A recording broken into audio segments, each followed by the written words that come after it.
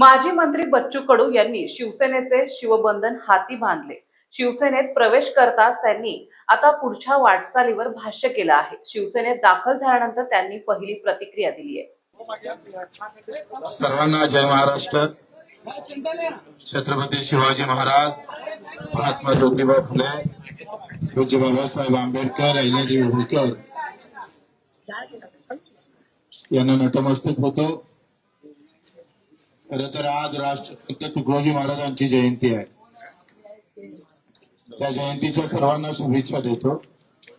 राष्ट्रसंतांनी आपली ग्रामगीता लिहिताना ते शेतकऱ्यांना अर्पित केली होती। त्यांच्या पहिल्या पेजवर शेतकऱ्याचा हल हे सगळं चित्र रेखांकित केलं होतं। तर त्या योगायोग फार चांगला आहे। ज्या वंचित घटकांसाठी ग्रामगीता लिहिली त्यांच्या जयंतीच्या दिवशी आज आम्ही धनुष्यबाण शिंदे साहेबांच्या नेतृत्वात शेतकरी आणि दिव्यांगांसाठी मजबूतीने उचलल्याशिवाय राहणार।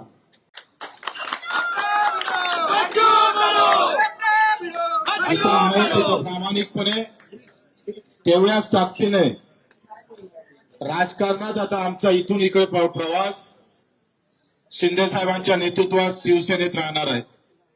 सुरुवात शिवसेनेची झाली आणि आता शेवटचा जो आम्ही पाहतोय 15-20 वर्ष जे काही राजकारण असेल ते सुद्धा शिंदे साहेबांच्या नेतृत्वात शिवसेनेतच राहील अशी ग्वाही देतो।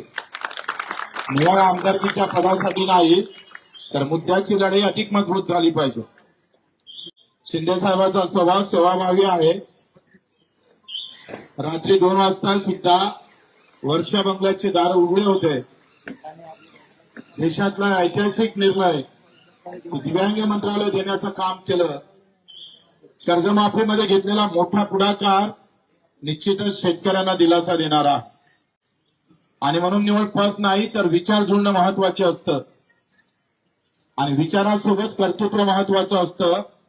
त्या दोनही गोष्टी आम्ही शिंदे साहेबांमध्ये पाहतो आणि म्हणून आपण पाहतो का ही लढाई फक्त पदापुरतीच मर्यादित राहणार नाही तर आम्ही जे मुद्दे दिले दिव्यांगाचं बळकटीकरण असेल, मंत्रालयाचं पेरणी ते कापणीपर्यंत सगळे कामं असेल, शेतकऱ्यांची मजुरांची असेल, हमी भावाची लढाई असेल, आमच्या विधवा भगिनीची लढाई असेल, कामगारांची लढाई असेल, युवकांच्यासाठी एक वेगळं धोरण, या सगळ्या बाबतीत ही चर्चा झाली आणि मुद्द्यावर चर्चा करून आपण हा निर्णय घेतलेला आहे। प्रहार एक सामाजिक संघटना म्हणून पावलं टाकत पण राजकारण मात्र शिवसेनेचं मजबूत केल्याशिवाय आम्ही स्वस्थ बसणार नाही।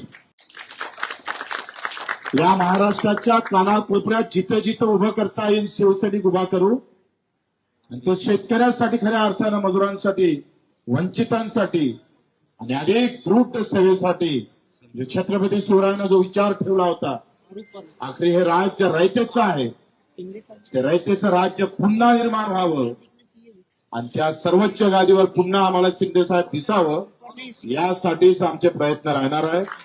म्हणून मी आपले आभारही मानतो शिंदे साहेबांचे। आखरी त्याच्या नावाचं एकनाथ आहे आणि अनाथांचे ते नाथ पण आहे। तोच एक विचार घेऊन आम्हाला समोर जायचा आहे। मी आपले मनपूर्वक आभार मानतोय। फक्त आम्ही पाहतोय आमदारकीचे साठी नव्हे तर हे जे मुद्दे आहे ते आता मोठ्या शिवसेनेच्या हाती जावं आणि हा अजेंडा आम्ही पाहतोय भगवा झेंडा घेऊन राबवणार आहोत। तो अजेंडा प्रहारचा पांढरा झेंडा घेऊन राबवत होतोय। आता झेंडा बदलला जरी असला तरी अजेंडा मात्र कायम आहे, लक्षात ठेवा आणि तोच अजेंडा